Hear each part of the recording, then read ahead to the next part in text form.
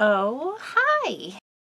This week, I'm going to show you how to make some little tiny keychain pouches. I've been wanting to play around with adding tabs to bags because I'm slowly working my way into bag making. And these are actually the same bag. This one just has the corners boxed out, so I'm going to show you how to do either one. What a mind-boggling thing that's happening. I actually made some of the items I'm going to show you how to make before filming the process. Part of this is also for my benefit because when I make these in the future, I don't want to forget where I made probably 20 of these for an event I was working a couple weeks ago and I didn't sell a single one of them. It's just like not a great market, which was a bummer for all the vendors, and I'm sure part of that is this plague that seems to be taking over. I've actually had a few events get canceled for 2 of my jobs, so it's going to be a very slow month, which is helpful because I get to stay home more and I don't have to worry about myself getting sick or like getting anybody else sick. And I don't want to add to like the fear mongering about this, but you know, it's probably better to not go hang out in crowds for the time being. Conventions and brewfests are definitely places where you're interacting with a lot of people and grabbing money and like cups and stuff. But that means 2 out of my 3 out of the house jobs will not be providing any income for the foreseeable future. So hi, if you would like to check out my Etsy shop, I will be listing a ton of stuff. Yeah, I guess we'll just do the launch once this video's up. So if you're seeing this, go pop over to my Etsy. Also, like, no pressure. I get it if you can't because money's probably going to be tight for a lot of fellow creative people. Anybody that has to stay home from work. Like, it's a stressful time for finances, I would imagine, for a lot of people. So, like, I get it if you're in the same boat, but I figured I'd mention I am releasing new products there. Some of it's pet related, like bandanas and ball toys, and I'm gonna have some dog coats up there, but I'm totally open to custom orders. Make cute shit happen, as well as a couple garments. I do still have to photograph those, but they're already made. Getting better at the follow through with things this year. It's happening. Okay, wow, that got very self-promoty very fast. I'm sorry. Thank you for sticking around if you are into this part now. But yes, part of me making these is for my own benefit because when I, forget how to do this and then 6 months from now, I will hopefully be restocking by then and will forget how I put the bags together. We're gonna make it happen. I do have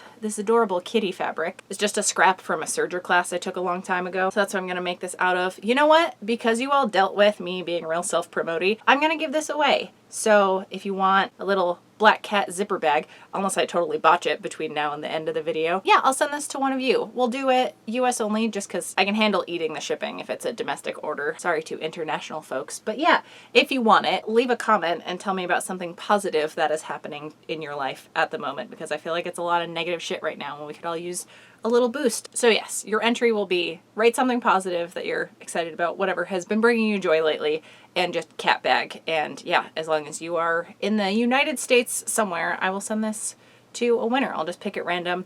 I'll announce who the winner is next Friday. Okay, I already feel like I'm losing focus. So let's drink some tea, start making the damn thing. Here's what you need. Yes, it's a dachshund mug. I have a dachshund, hence all of the pet things happening right now. P.S. The reason I call this like a pet specific project is because I have been carrying this around when I'm walking little Bert, who is currently very asleep. I put an extra bag in here so that way if he poops somewhere that's not our own yard, then I can, not leave his shit on the road. But it's also good for like, I don't know, pertinent to current situations. Little hand sanitizer guy. Chapstick and eye drops is something I always need with me, so those would fit in here. It's just a good handy, like, don't want to carry around a huge wallet or purse, but you still got a couple little things you want to keep in here, then you're covered. So, yes, some kind of fashion fabric for the outside. Pretty much anything that's not stretchy, although you can interface anything and just make it not quite as stretchy, but you'll have an easier time if it's like a non-stretch cotton. Quilting cotton, that seems to be a good type of fabric that comes in a lot of fun designs. So I'd recommend that. Because this is not particularly thick, I'm gonna add some interfacing. I recommend it especially if you were doing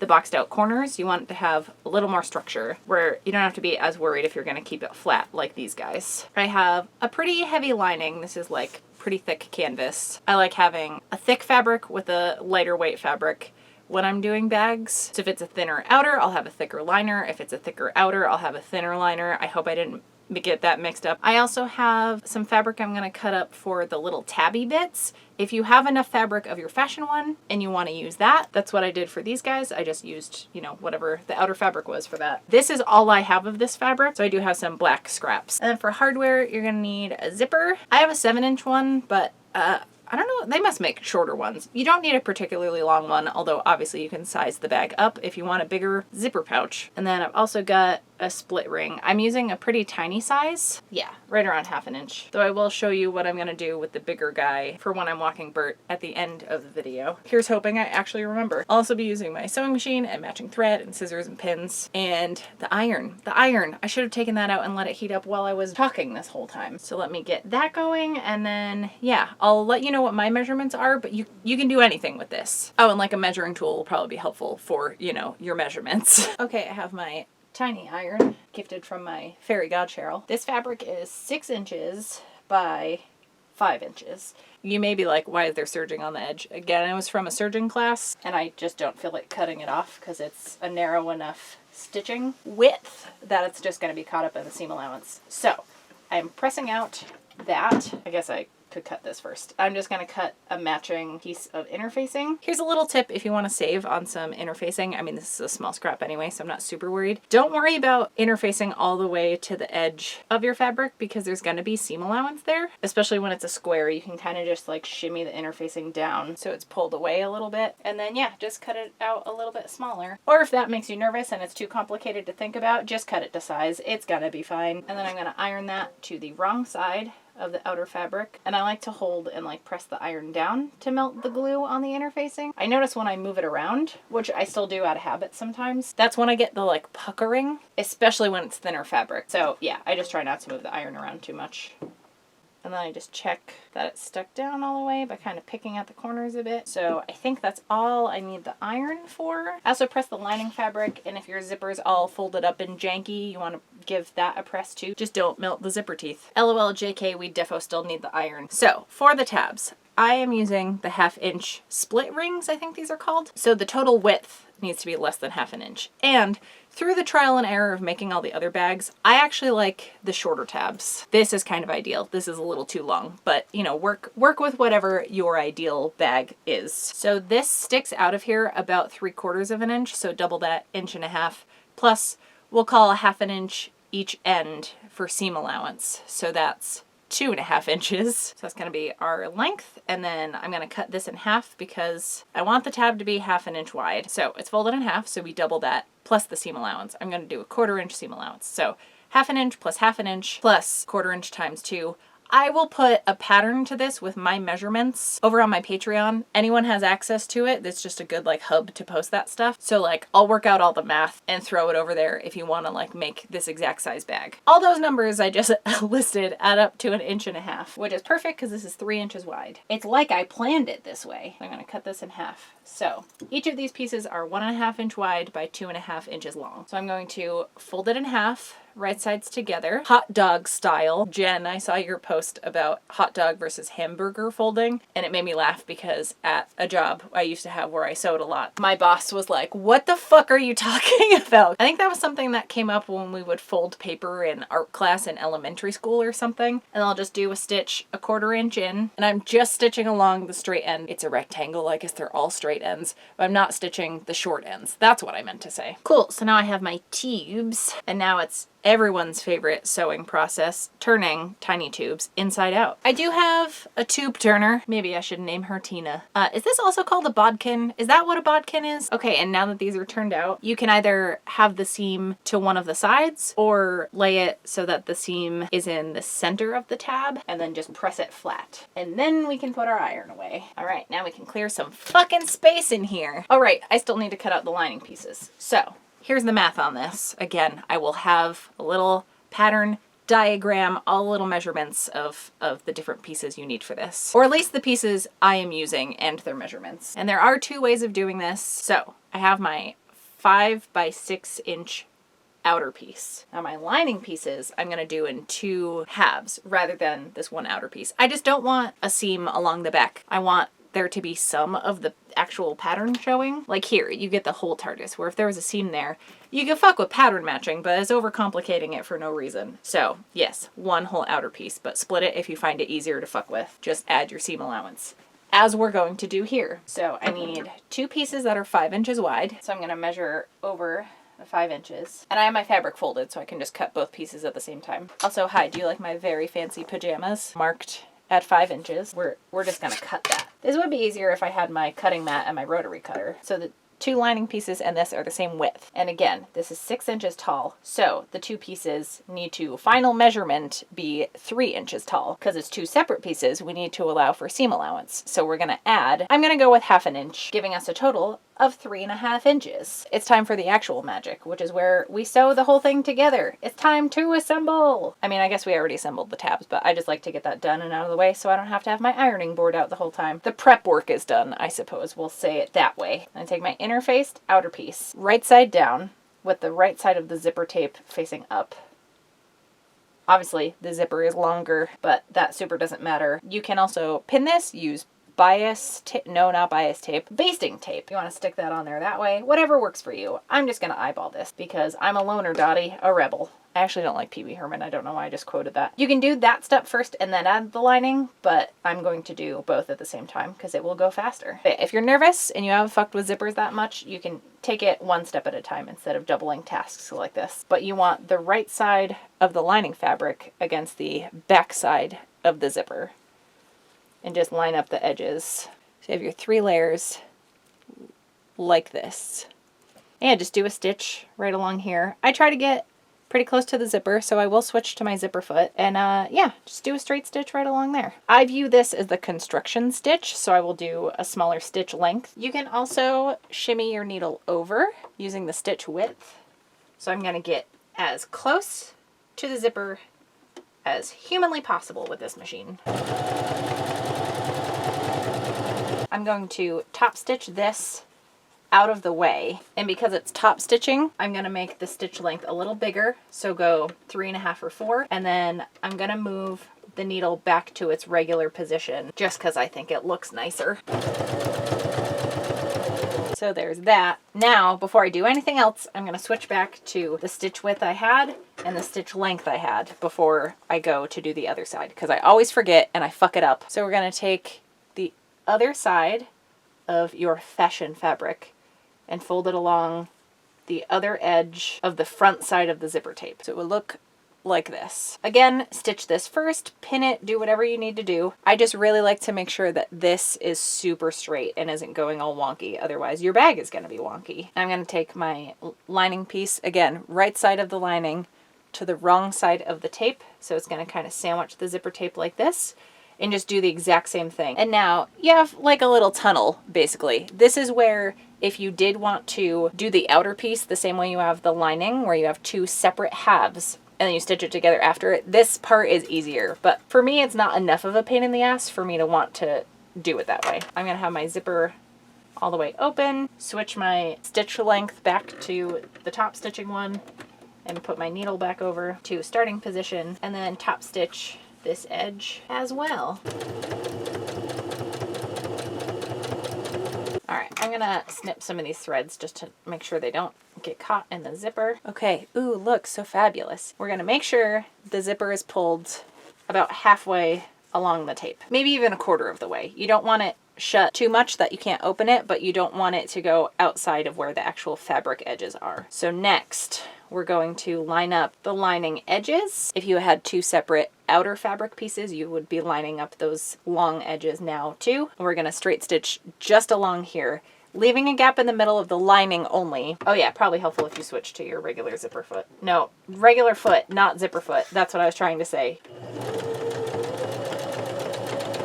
Oops, I definitely should have had a shorter stitch length on that. Now we're back to like 2.5 or 3. I'm gonna trim it down a little bit. I don't know if that was a good or bad idea tapering like that, but we'll see, you know? Okay, and also trim thread. Let's not be lazy. So now we have zipper in the middle and 2 loops. It's like a figure 8, double tiered taco, whatever you want to call it. So now is where a lot of things are going to happen, but use all the pins you need, take all the time you need. I like to put a pin at the midpoint of the outer fabric. Mark it, notch it. Oh, actually, maybe notching will be easier. Here we go. Oh, see, even I'm learning something. Just don't go further than the edge of the seam allowance. So, oh, beautiful. I'm gonna kind of finger press the seam allowance where I closed up the lining. Well, mostly closed up the lining. We have our little gap right here. Ooh, I did a bad job lining these up, but just stitch along the shorter end. It's just gonna be a little narrower than I had initially hoped. I wonder what happened there. I guess I just shifted it.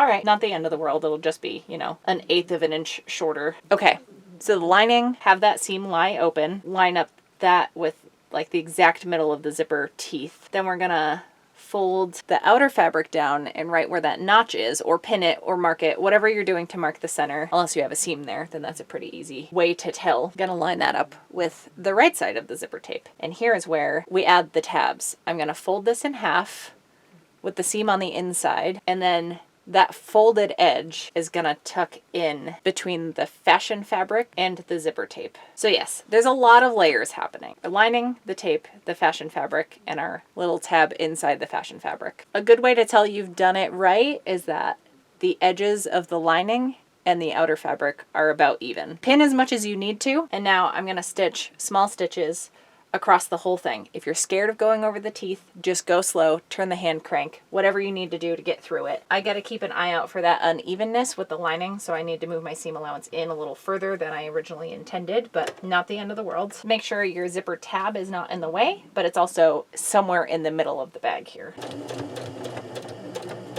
Give everything a good once over. Looks like we cut the lining just fine, even with the unevenness. We're gonna do the same process on the other side. The only difference is, and pick whatever side you want the ring to be on. You can put rings on both sides. When you fold the tab in half, just slide your split ring over it. But yeah, same process, and just hold the ends of the zipper tape together. And my sandwich here, my ring is in here. Keep an eye on that, and same shit. All right, we're getting there. Now I'm gonna cut off any excess. Just get like 1/4 inch, 1/8 of an inch away from the stitches you just did. And now we use that opening in the lining that we had. Turn your corners out nicely. You can push them out with something afterwards too if you want, but especially if you're gonna box them out after, this part is imperative. Try to not throw your bag. So yeah, I know you're specifically not supposed to use scissors to poke corners out, but I have them right here, so I'm gonna go for it. I'm going so rogue today. Although I guess, when am I not going rogue? Done turning it out one of the times. And if you want a flat laying bag like this, which will have more space, you can just tack the lining closed. And the beauty of laying the seam allowance open like that is it's really easy to get in there and do a ladder stitch. Yeah, if you want this style bag, just turn it to the right side and you're done. Or we can box out the corners, which is very fun. And I'm excited that I figured out how to do it, kind of. Probably not the most professional way. Before we do any marking or sewing, really make sure that both the outer fabric and the lining are pushed out evenly. Make sure you take the extra couple seconds to do that. Now we're going to ram our thumbs in there, or, you know, whatever. And we're gonna flatten this, make sure the seam is staying along the middle here, and then just go in as much as you want. I wanna do about like half this distance here, so take your time with it. It can be kind of a pain in the ass. I'm gonna go in about 1/2 an inch over, measuring along this little seam line here, and just, yeah, try to keep everything even. Again, small stitches for this too. So let's ignore this top line here and let's focus on this nice, neat lower one. So I'm gonna repeat that for all 4 corners. Again, really making sure that the fabric is laying flat and it's not bunched up anywhere. What one of the short ends looks like now, I'm just gonna repeat that on this side. I always regret when I don't put the effort in on something like this. Oh god, especially if it's going in my Etsy shop. I have much higher standards for other people's stuff than things I make for myself. This is why I'm keeping the first bag I made, is because it's kind of wonky in some places and I didn't interface it. So this is for me. It does not meet my standards for it going out in the world. All right, I did unpick that row stitching I messed up on because this is going out to one of you and I want it to look nice, all right? So I have my corners boxed out and now it's time to turn this up. Well, okay, we gotta go back and stitch up the, actually, okay, Let's do that first before we get ahead of ourselves. I conveniently have a hand sewing needle already doubled up with thread, quadrupled up my thread, I guess. I have 4 strands going here, and I'm just gonna whip stitch this closed, ladder stitch this closed. I'm not good at hand sewing, so I feel weird showing you this part. I just try to, you know, weave between the 2 sides and have as little thread showing as possible. You know, I was giving myself a lot of shit while I was doing this, but it's not too bad. Definitely not my worst hand sewing. Okay. Now, let's flip it out. It is the moment of truth. Did I fuck it up or nah? Hey, you know what? This doesn't look too bad. I also just realized I did not test the zipper before I put it in. Always test the zipper before you put it in something, but we're good. We're in the clear. And hey, we got a cute little little boxy bag. The bag is done and it's so fucking cute. I know I have a dog and I probably talk more about dog things, but I like dogs and cats equally. I like them both a lot. There's not one I prefer over the other. I would get a cat in a heartbeat if my partner wasn't so team dogs. So I'm not giving this away because I don't like cats or something. Also, this is such a good color scheme. I love it so much. A little Halloween-y, but not too on the nose. On the nose. They're so cute, you just want to boop them. I'm really pumped with how it turned out and that I got to show a cool thing. Had you seen me in my true bog troll form the day I was working on these, I just like set aside a whole Wednesday or Friday just trying to figure out how to box out the corners and try to get the size right. There was one I made that by the time I boxed out the corners, there was like a square inch of usable space. Not that these are huge or anything, but like you can fit stuff in there. Oh, okay. Speaking of bog trolls, holy shit. That is the name, if you are unfamiliar, that we all call ourselves here. It's like the name of our community. I don't quite remember the origin of it. I just think it came up in a live stream a couple months ago, sometime last year, and it makes me laugh to no end. I think my sister came up with the name, but we've just been running with it. It's a bog troll life for me. I was talking with Cheryl about starting like a bog troll musical where we just adapt lots of big musical numbers everybody knows. This community brings me so much joy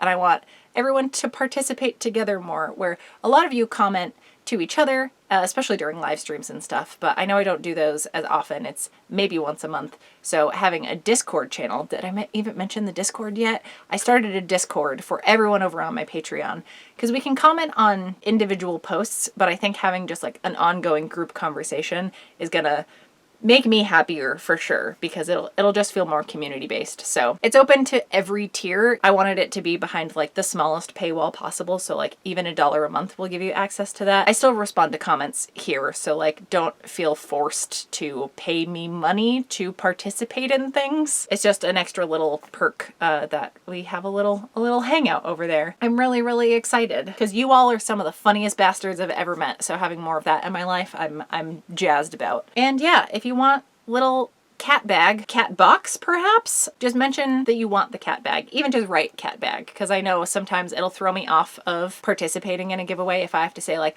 I want the prize, but don't feel shame about it. Like I want to give it to someone, but I don't want to force it upon someone that doesn't want it. So just mention the cat bag before or after your comment about what positive thing is happening in your life right now, or someone's life around you, and you're feeding off of their joy like a bog troll. It's all come full circle. And yeah, I will have other bags available in my Etsy shop.